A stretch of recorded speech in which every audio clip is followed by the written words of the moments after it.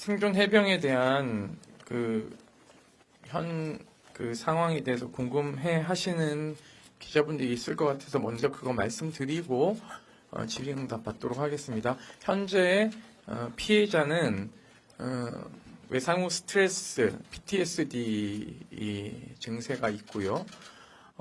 이거에 따른 불면, 그리고 악몽을 꾸는 상태이고요. 그리고 저희하고 최초의 상담 이후 정신과 진료를 받았을 때 그런 의심 증상이 있어서 임상 심리 검사를 했고 현재 부대에서 나와서 병원에 입원한 상태입니다. 오늘 병가를 연장하기 위한 의무 심사가 해병대 1사단에서 이루어지고 있습니다. 오늘 원래 복귀 날이고요. 의사는 6주의 관찰 소견을 더 냈기 때문에 향후 6주간 더 지켜봐야 되는 상황에 있는 상태입니다. 6개월, 죄송합니다. 6개월입니다. 그렇기 때문에 저희가 지금 판단하기에는 당장 복귀하는 것은 좀 어렵다라고 판단해서 이 말씀을 드리는 것이고요.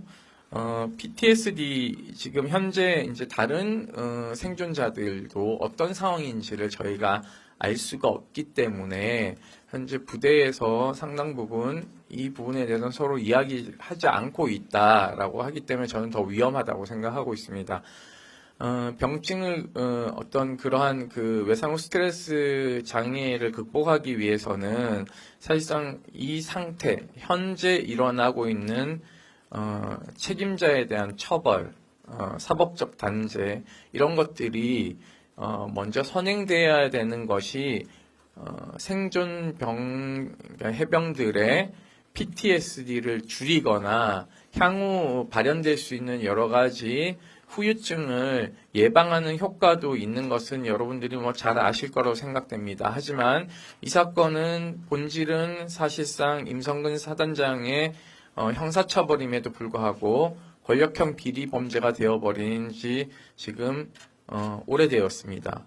그리고 수사를 열심히 하던 박정훈 수사단장은 구속영장까지 청구되어 지금 현재 피의자로서 국방부 검찰청을 오가고 있습니다. 이런 현실이 여전히 존재하는데 생존자들에 대한 부분이 지금 현재 왜 이 시점에서 얘기되느냐라고 말씀하시는 분들도 계실 텐데요. 지금 현재 현역이고요. 현역이라는 것은 사실상 생사 여탈권을 지금 임성근 사단장이 쥐고 있다라고 보기 때문에 생존 해병 부모님들 입장에서는 본인의 아들들이 인질이나 다름없는 상태에 놓여 있는데 과연 이런 문제를 제기할 수 있을지에 대한 굉장한 두려움과 또 이것을 얘기한 용기 이런 것들이 필요했던 지점이고요. 그리고 혹시라도 모를 자신의 이제 부모님들의 이러한 그 고발이 본인이 속해 있는 해병대의 명예를 조금 실추시키지 않을까라는 또한 두려움이 존재하는 것이 현실입니다. 그런 지점에서 오늘 어머니께서 용기를 내서 말씀하는 취지는 이것을 더 두고 봤다가는 아들이 전역해도 회복되지 않을 가능성이 있기 때문에 공식적으로 더 문제 제기를 하는 것이 맞다라고 판단에 이르렀다고 보시면 될 것 같습니다. 그리고 현재 임성근 사단장만 일단 저희가 고발을 하고요. 추후 다른 사람들에 대한 법률 위반 여부는 변호사님이 좀 더 들여다보고 판단해야 될 지점이 있을 것 같습니다. 질문 있으면 질문하시죠. 네, 고발장은 이미 다 만들어졌고요. 네, 오후에 접수할 예정입니다. 네. 혹시 지금 여기 보면 업무상 과실치사 혐의로 고발한다라고 네. 아까 전에 변호사님께서 말씀하셨던 것과 관련된 최수근 상담 여기도 포함해 주신 것 같은데요. 이게 업무상 과실치사상 혐의로 고발하신 것 같아요. 저희 피해자는 사망한 게 아니고 상해를 입었기 때문에 치상으로만 일단 저희는 고발을 하는 겁니다. 네. 고발장에서 최수근 상담 이야기도 포함되어 있나요? 특별히 포함되어 있는 건 아니죠. 저희는 이제 피해 입은 내용을 고발하는 거기 때문에, 예, 뭐 참고적으로 조금 언급은 되어 있지만, 왜냐하면 구조가 똑같잖아요. 입수 명령에 따라서 들어간 최상병은 사망했고, 저희 피해자는 또 많이 이렇게 다쳤기 때문에 같은 구조에서 제가 설명드릴 때 그렇게 말씀드렸습니다. 그러면 혹시 상해 부분에 다른 생존병분들 대신해서 수사하시는 거는 아니시고 A 병상만? 예. 우선은요. 예. 저희도 뭐 위임을 받아야 진행할 수 있겠죠. 예. 네, 또 질문 있으신가요? 네. 네.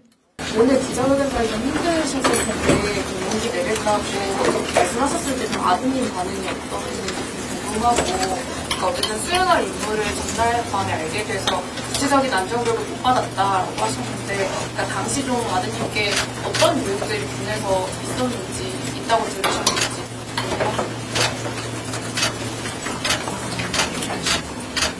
앞에 거면 얘기하시고 뒤에 건 저희가 읽고. 앞에 질문이 뭐였죠? 오늘 용기 내겠다고 결정하셨을 때 아드님 반응이 어떠셨는지.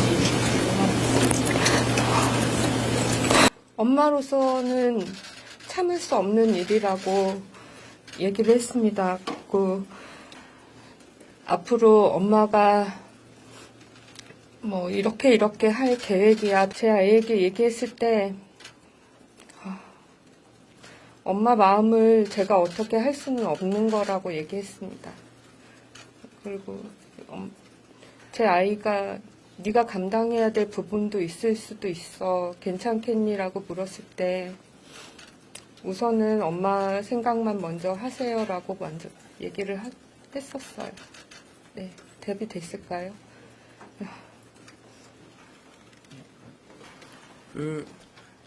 준비는 앞서 저희가 기자회견 이거에 대해서 생존 병사에 대한 얘기를 했는 기자회견문에 잘 나와 있고요. 삽과 갈퀴 이 정도 준비해서 갔습니다. 물에 들어갈 것이라는 것은 예상하지 않았고요. 그리고 정확하게 어디에 어떤 방식으로 투입되는지도 자세하게 전달되지 않은 것으로 저희는 확인하고 있습니다. 어떤 교육이 있었는지 여쭤보신 게 맞으시지요? 네네. 이게 전날 밤 10시에 어디 들어가는, 그러니까 무슨 임무인지는 전날 밤 10시에 알았고, 어디에 들어가는지는 이제 당일 아침에 알게 되었기 때문에, 보통 통상적으로 교육을 한다 하면, 뭐, 안전히 뭐 들어가서 뭐, 안전에 유의하고 하세요. 이게 이제 교육의 다가 아니고, 물에 들어가기 때문에 어떤 요령을 가지고 어떤 것을 조심해야 되는가에 대한 분명한 교육이 있어야 되고, 그다음에 현장 지형에 대해서도 원래는 미리 간부들이 다 정찰을 하고 어디서부터 어디까지는 들어갈 수 있고 어디부터 물이 깊어지기 때문에 들어가면 안 된다라는 정도의 교육은 미리 진행을 해야 합니다. 그런데 이 경우에는 사실 안에 들어가서 정찰을 하기도 어려운 상황이었죠. 물살이 세서. 그러니까 애초에 물에 들어가면 안 되는 상황이었기 때문에 뭐 그런 교육이 뭐 의미가 있을지는 잘 모르겠습니다만 그런 교육이 전혀 준비가 되지 않았고 뭐 정찰도 이루어지지가 않았었고 의례적으로 뭐 들어가서 깊이 들어가지 마라 정도의 이제 구두 교육만 들어가기 직전에 중대로부터 있었다라고 하고 이제 들어가고 나서 그러니까 그런 식으로 이제 별로 사실상 교육이 이루어지지 않은 상태로 들어갔다고 보시면은 될 것 같습니다. 잠시만 조금 개념을 여기 차관을 하실 때 이걸 단순히 교육하고는 구분해야 될 게 우리가 이제 군대에서 교육이라고 할 땐 교육 훈련의 교육이고요. 이거는 작전입니다. 작전. 작전이기 때문에 그 작전에 대한 정확한 명령이 있기 위해서는 그 여러 가지 재반 요소를 판단을 하거든요. 그런 판단에 관해서 지금 이제 김영남 국장이 설명드렸지만 전혀 없었던 백지 상태의 작전, 정말 좀 말도 안 되는 작전이 있으려면 지침과 뭐 여러 가지 그 요소들을 판단 기준이 있어야 되는데 전혀 없이 이루어졌다. 그래서 지시나 명령에 있어도 아무 차관이 없는 그런 명령을 이해하시면 됩니다. 교육하고는 좀 차이가 있겠죠. 예. 그러니까 이런 게 입증되는 게 어떤 거냐면 장갑차를 내성천에 투입하잖아요. 그러니까 이거는 계획이 아닌 거죠. 그러니까 되게 즉자적인 겁니다. 그러니까 장갑차가 기동해서 5분도 안 돼서 그냥 나오거든요. 그러니까 언론 플레이용으로 이런 게 왜 필요한지를 봐야 되는데 내성천이 위속이 그렇게 빠른 지형에 장갑차를 투입한다? 이건 되게 상식적이지 않죠. 그러니까 예를 들면 이런 겁니다. 작년에 있었던 흰남노 때 포항 시내에 장갑차를 투입한 거는 합리적 근거가 될 수가 있죠. 왜냐하면 지형이 평평한 곳에 인명 구조를 하기 위해서 들어가는 건데 시내를 들어가는 거지 않습니까? 그런데 여기는 아무도 없는 그냥 강에다가 한 바퀴 놓고 다시 나오는 방식이에요. 그러니까 이게 그 작전에 대한 그 세부적 계획이나 이런 것들이 전혀 되지 않은 상태에서 공고작전 보여주기식 비슷하게 했다라는 것이 여실히 다 드러났지 않았습니까? 예. 또 질문 우리 김동현 기자. 네. 임성근 사단장 같은 경우에는 예하부대를 투입할 때 출동 준비 사열 이것도 안 했다고 하더라고요. 이런 게 지금 어떤 혐의하고도 연결되는 지점이 있습니까? 그 부분 조금 어떻게 보면 약간 법적으로는 따져볼 부분도 있는데 지금 보면 이제 그 지역인 육군 54단장한테 뭐 일종의 뭐 배속이 됐는지 그건 정확히 저도 이제 명령을 살펴보지 않아서 잘 모르겠지만 우선은 이제 직권남용의 여러 가지 직권 행사나 그리고 과실 판단에 대해 업무상 주의 의무에서 여러 가지 업무상 판단에서는 실질적으로 피고반인이 그런 자기의 직권의 행사와 그런 걸 모두 진행했기 때문에 그런 직권을 행사하는 입장에서의 아무런 그런 조치나 준비가 없었다는 것으로 이해하시면 될 것 같고 그래서 저희는 그런 의미에서 크게 이제 그런 걸 따지지 않고 실질적으로 권한을 행사한 사람이고 그리고 원래 일반적으로 그 최상급 지휘관으로서 권한이 있기 때문에 그런 의미에서 직권남용 권리행사 방해와 과실에 대한 업무로까지도 판단을 하고 진행을 하고 있습니다. 그날 출동할 때 제가 현장에 있었는데요. 7월 17일 날 해병대 1사단에 제가 있었습니다. 마리논 헬기 추락 사건 5주기 추모식이 있었기 때문에 제가 출동하는 병력들을 다 눈으로 봤고요. 오전에 그 10시경쯤에 이제 추모식이 10시 반경인가 시작됐기 때문에 당시 해병대 사령관 임성근 사단장 다 현장에 추모식 때 있었고 다만 임성근 사단장은 유족 대기실에 전혀 코빼기도 안 보이고 행사장에만 딱 나타났고 행사 끝날 무렵들에 병력들이 이동을 쫙 하는 것들을 봤습니다. 그거는 제가 뭐 사진도 다 제공해 드릴 수 있고요.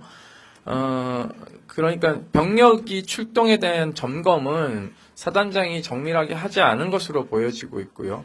당시 1,600명이 동원이 되는데 그냥 사령관 근신 걱정만 하고 있었고 사단장은 전혀 뭐 그런 것에 대한 점검이나 이런 것들을 하지 않고 있는 것으로 파악됐고요. 그날 오후 늦게까지 계속 병력이 출동하는 상황이었기 때문에 그 생존자의 진술을 들어보면 전혀 어디에 어떤 방식으로 어떻게 투입되는 것에 대한 것들은 구체적인 지침을 받은 게 없는 것으로 확인되고 있습니다. 예, 또 질문. 물에 휩쓸린 장병이 처음에 해병대에서 5명이라 해서 센터에서 8명이 최수근 상병 포함해서 8명을 말씀드리는 겁니다. 그래서 최상병하고 같이 동시에 근처에서 물에 빠진 인원이 최상병 포함 3명인 거죠. 그러니까 3명이 급류에 휩쓸려서 내려갔고 서로를 도와주려고 하는 상황에서 같이 휩쓸려 갔고 약 50m에서 80m 정도를 그대로 떠내려가는 상황이었죠. 사실은 3명은 되게 같은 조건에서의 같은 상황이었다라고 보시면 될 것 같아요. 최상병과 함께. 그러니까 최상병은 돌아오지 못한 것이고 나머지 두 명은 돌아온 것이고 그 뒤쪽에 5명이 또 순차적으로 물에 빠졌기 때문에 왜냐하면 앞쪽 생존자 2명은 앞쪽에서 그 상황에서 서로 이제 이렇게 동시에 빠졌기 때문에 뒷상황을 정확하게 파악은 못하지만 당시에 들어갔을 때 뒤쪽에 몇 명 정도 있었는지는 파악할 수 있기 때문에 많은 인원이 물에 빠졌다라고 저희들은 판단하고 있습니다.